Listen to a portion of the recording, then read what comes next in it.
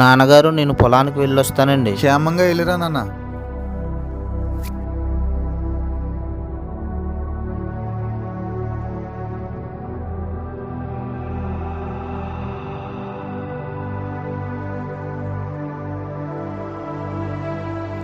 ఈసారి 10 లక్షలు పెట్టుబడి పెట్టి వరేసానండి, బాగానే వచ్చింది. ఈసారి పంట బాగా పండిందండి మనకి. ఈసారి దిగుబడి కూడా బాగానే వస్తుందండి మనకి. చాలా సంతోషకరమైన వార్త చెప్పాను నాన్న. ఈ టైంలో చిన్నోడు ఉంటే బాగున్నాన్న. ఆర్మీలో ఏం చేస్తున్నాడో. చిన్నడు ఫోన్ చేస్తాను నాన్న. చెప్పినానా? సరే నా త్వరగా వచ్చి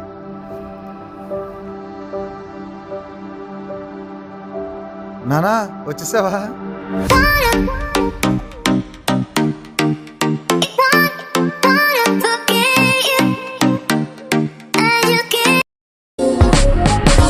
హలో, చెప్పండి సార్. మిషనా సార్? సార్ లీవ్ మీద వచ్చాను సార్. అలాగే సార్, బయలుదేరుతాను సార్. ఎవరు నాన్న ఫోను?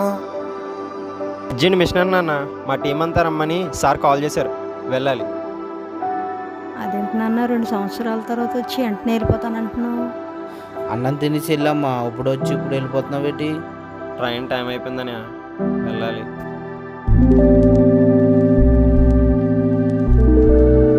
నాన్నగారు తుఫాన్ చెప్పాడండి, వర్షం వచ్చేలా ఉందని నేను పొలానికి వెళ్ళొస్తానండి.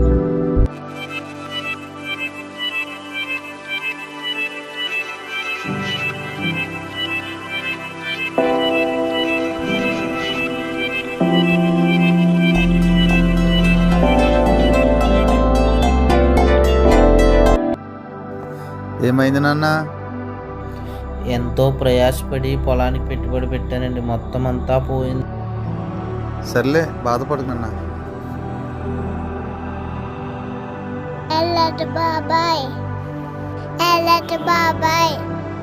కుటుంబానికి తండ్రిలాగా, దేశానికి సైనికుడలా అనేక కుటుంబాల్లో నవ్వు ఉండాలంటే ఇప్పుడు నేను వెళ్ళక తప్పదు తల్లి.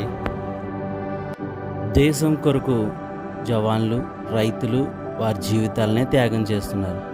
అదేవిధంగా యేసు ప్రభువారు నిన్ను నన్ను రక్షించడానికి కొరకు తన రక్తాన్ని, తన ప్రాణాన్ని త్యాగం చేశారు. అటువంటి రక్షణను నిర్లక్ష్యం చేయకు మిత్రమా.